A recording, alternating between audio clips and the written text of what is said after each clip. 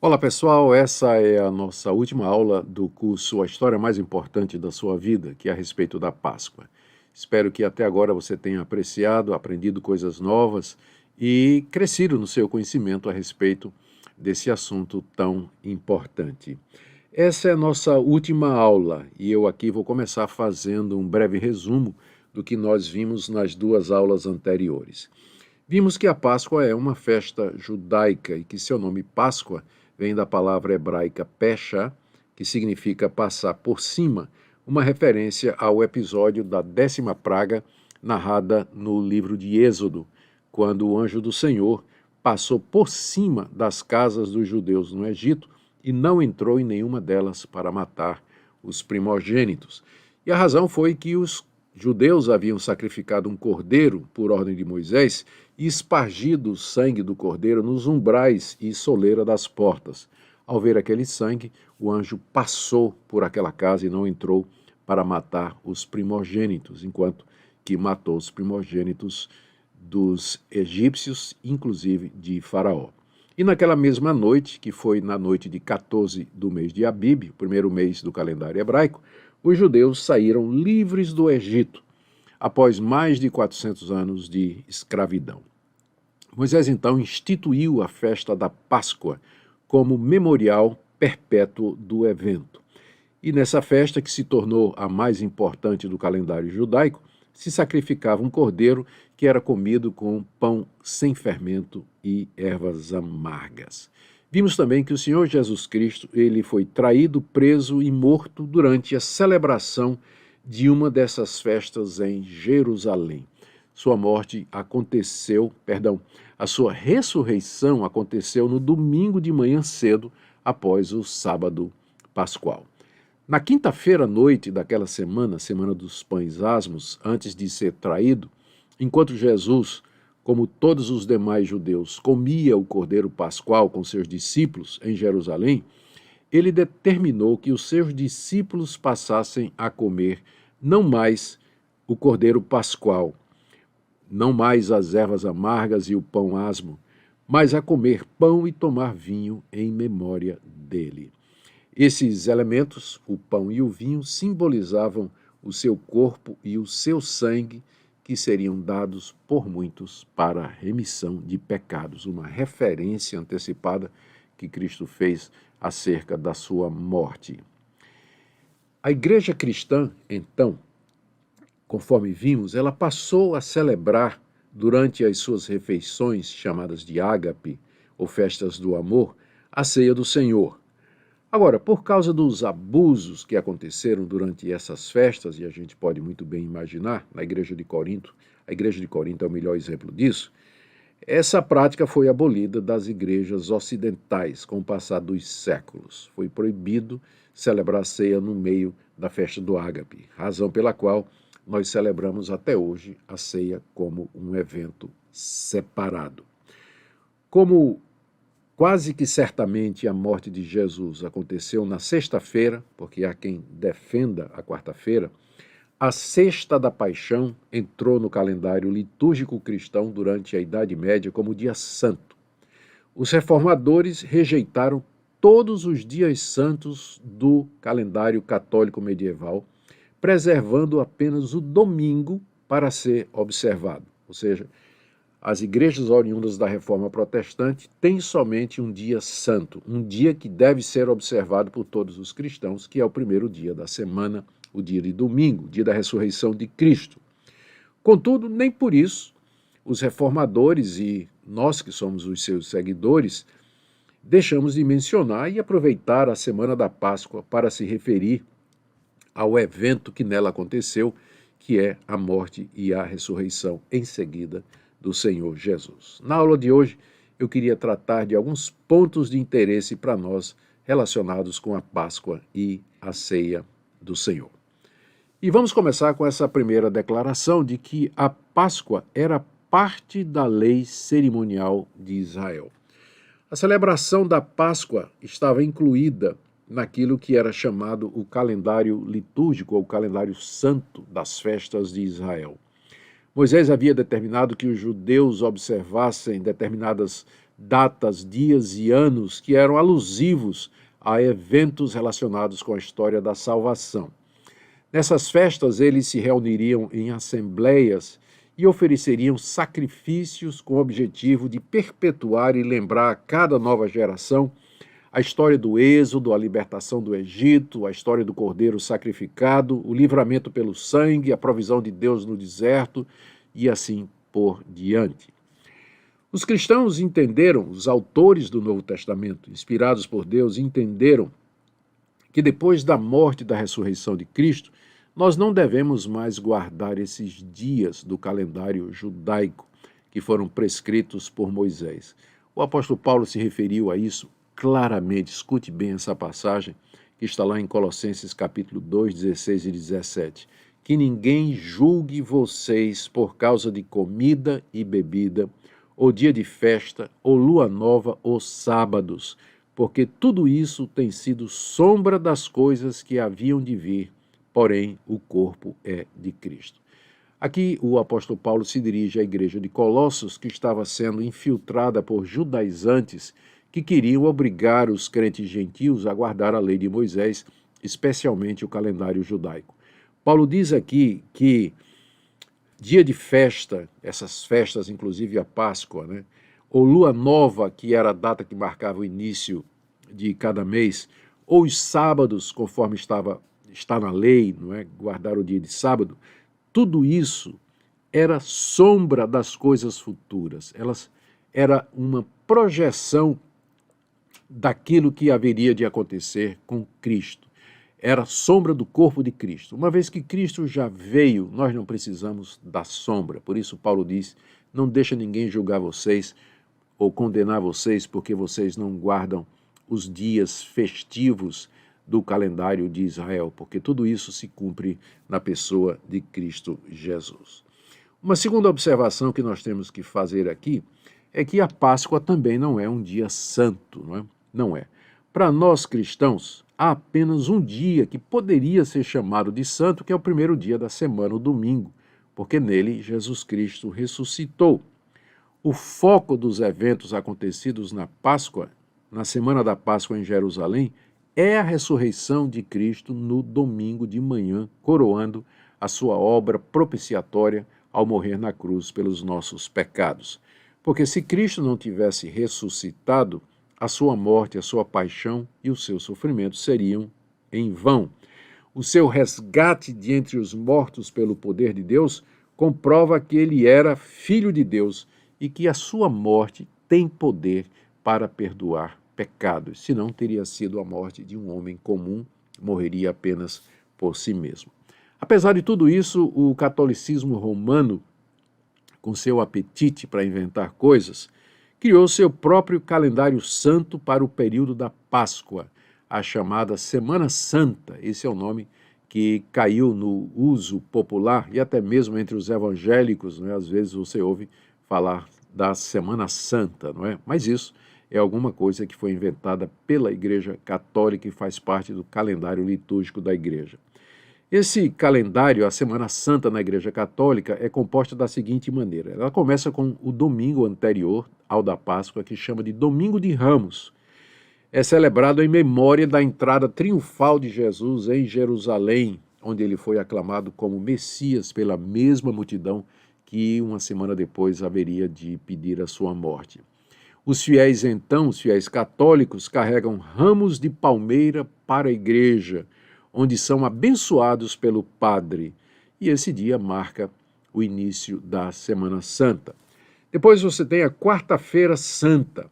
Esse é o dia em que muitos católicos fazem a chamada visita a 7 igrejas, onde eles visitam 7 igrejas diferentes para fazer orações e reflexões. Depois vem a Quinta-feira Santa, que é conhecida como Missa da Ceia do Senhor.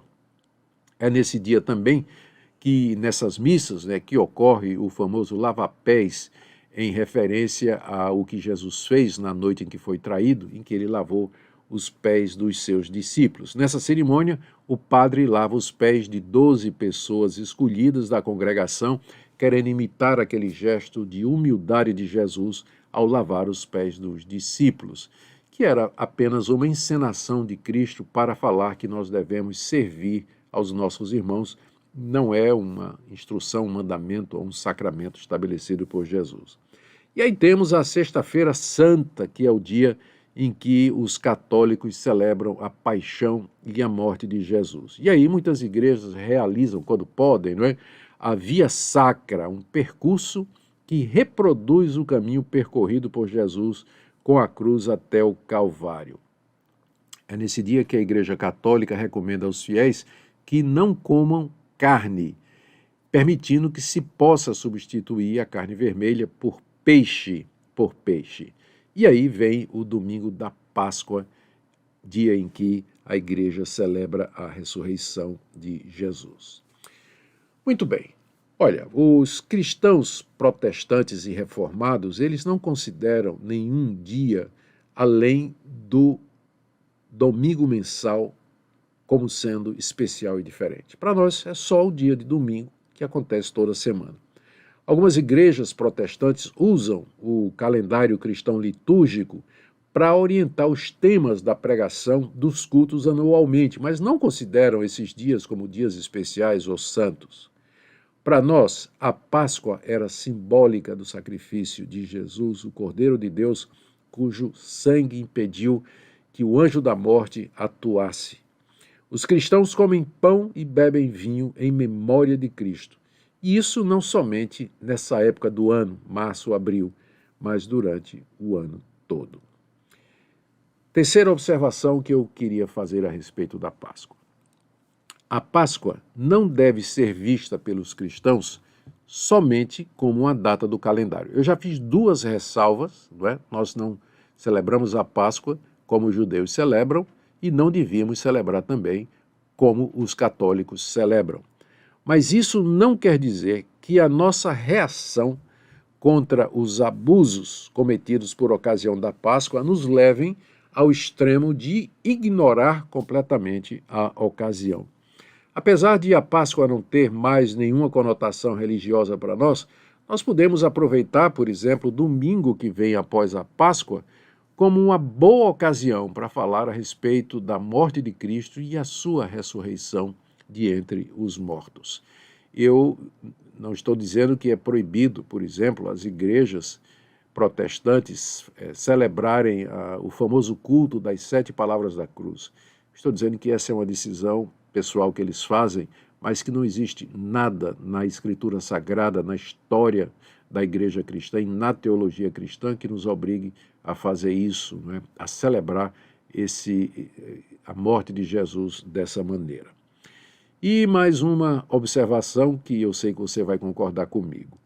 Coelhos e ovos nunca fizeram parte da Páscoa e eles não têm qualquer simbolismo cristão.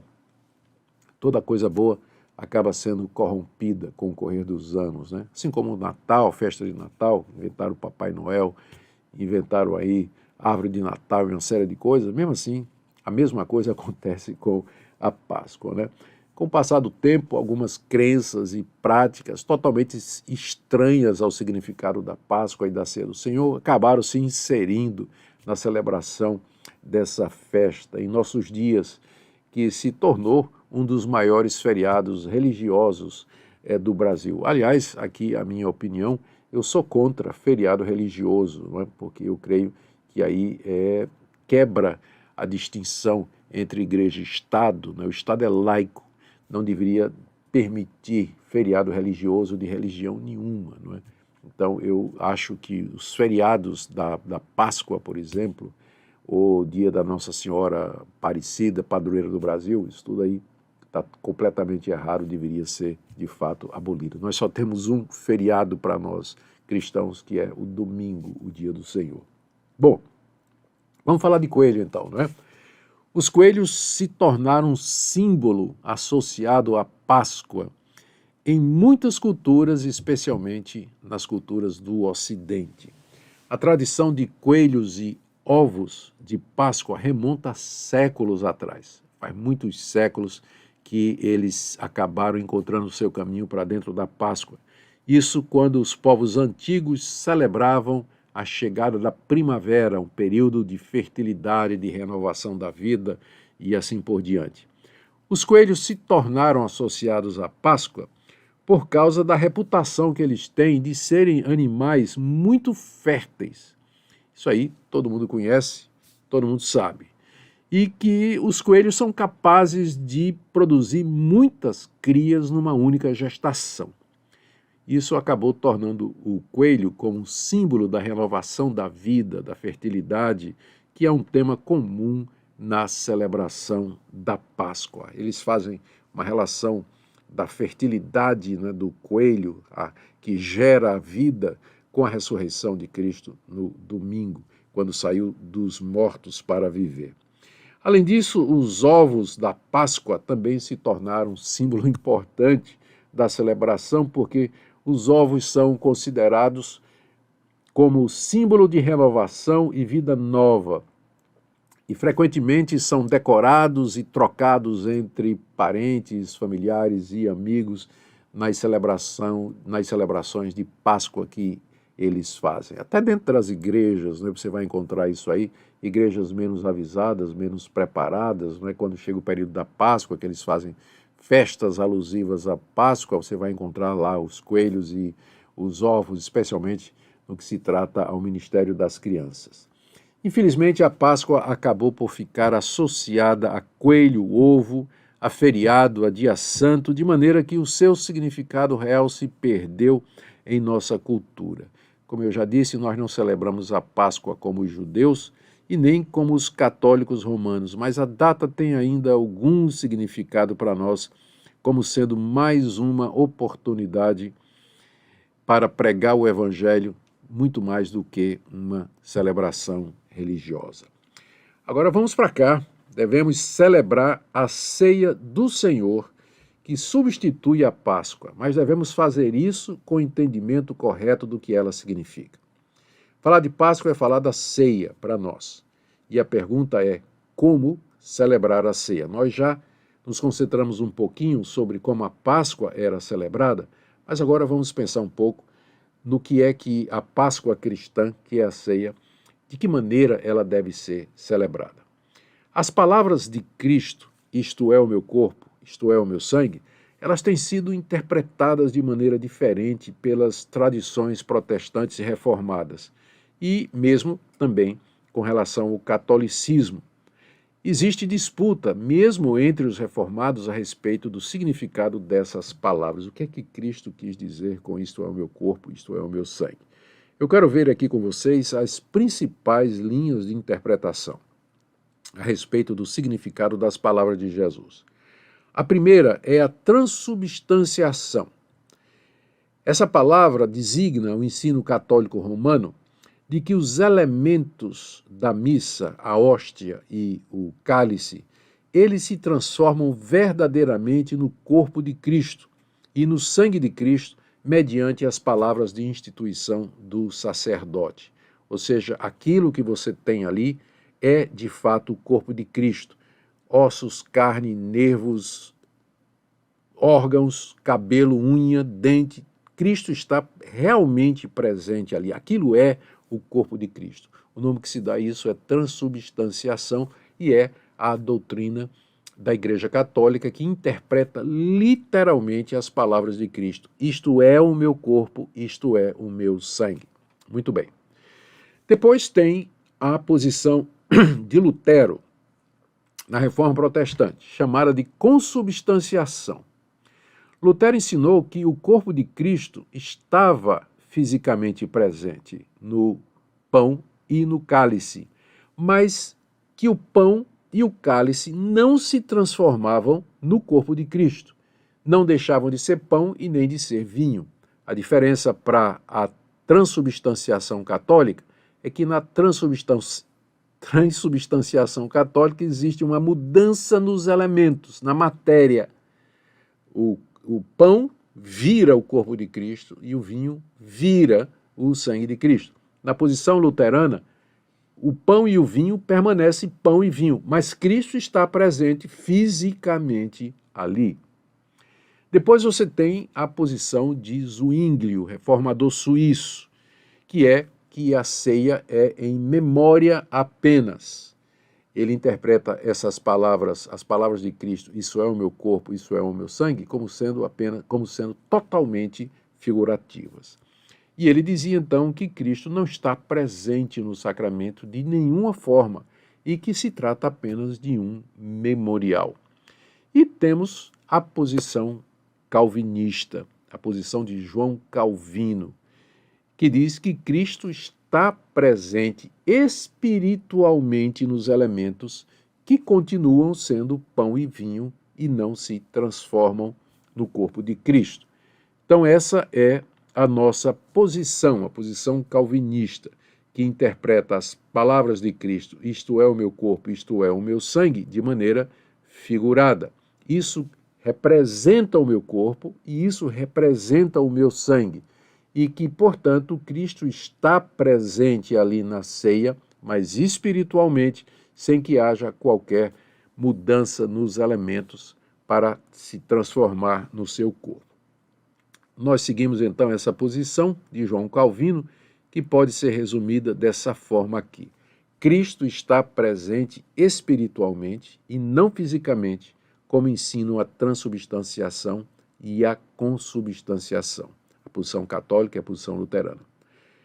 Segundo, embora os elementos não sejam o corpo de Cristo, contudo existe uma relação entre eles e Cristo que permite ao participante ser abençoado espiritual e verdadeiramente ao se alimentar de Cristo, se participar com fé. Então, é um pouco mais do que somente um memorial, como dizia Zwinglio. É por isso que Jesus se referiu aos elementos como isto é o meu corpo, não literalmente e nem figuradamente, mas espiritualmente. Essa é a posição do reformador João Calvino, que é seguida pelas igrejas reformadas calvinistas, na sua grande maioria, e que eu entendo melhor explica as palavras do Senhor Jesus e o significado da ceia do Senhor. A doutrina católica da transubstanciação, então, ela deve ser rejeitada por alguns motivos. Primeiro, é contrária à razão e ao bom senso. É evidente que a hóstia e o vinho não se transformam em outras coisas. Elas continuam sendo um pedaço de pão e um pouco de vinho. Não tem qualquer mudança em sua essência. Segundo, nós devemos rejeitar a posição católica porque é contrária às escrituras que ensinam que Cristo morreu uma única vez pelos pecados. Terceiro, rejeitamos a posição católica porque estimula a idolatria. Na Igreja Católica, os fiéis são encorajados a venerar a hóstia, que ela é levada em procissão e é adorada como se fosse o próprio corpo de Cristo. Então, que atitude devemos tomar para com a Páscoa, como data do calendário popular, terminando aqui a nossa aula? Em termos práticos, os cristãos podem tomar as seguintes atitudes para com as celebrações da Páscoa tão populares em nosso país. Não é? Todo ano, março e abril, lá vem a Semana da Páscoa, muito esperada, né? Especialmente pelo feriado, e para muitos, né? Ela tem essa conotação comercial, as lojas começam a vender coelho e ovos, enfim. Mas, então, nós como cristãos que sabemos qual o verdadeiro sentido da Páscoa, que não celebramos a Páscoa, mas a ceia do Senhor, que atitude devemos tomar para com a Páscoa como data do calendário popular? Em termos práticos, os cristãos podem tomar as seguintes atitudes. Primeiro, eles podem tomar essas. Primeiro, rejeitar completamente, por causa dos erros, equívocos, superstições e mercantilismos que marcam a celebração dessa data. É tanta coisa errada, não é, atribuída à Páscoa ou misturada com a Páscoa, não é? Que a gente assim pode olhar e dizer simplesmente, olha, eu não quero nem saber isso. Na minha igreja, onde eu sou pastor, não vou nem tocar nesse assunto, porque eu não quero estimular os crentes a ver a Páscoa como sendo uma data diferente e melhor do que as outras. A gente pode fazer isso. Ou então nós podemos aceitar, em segundo lugar, normalmente, como parte da cultura brasileira. É uma data comercial, cultural, perdeu todo o significado religioso, então vamos aproveitar o feriado, tá tudo bem, e tomar essa atitude, que é a atitude da maioria dos brasileiros.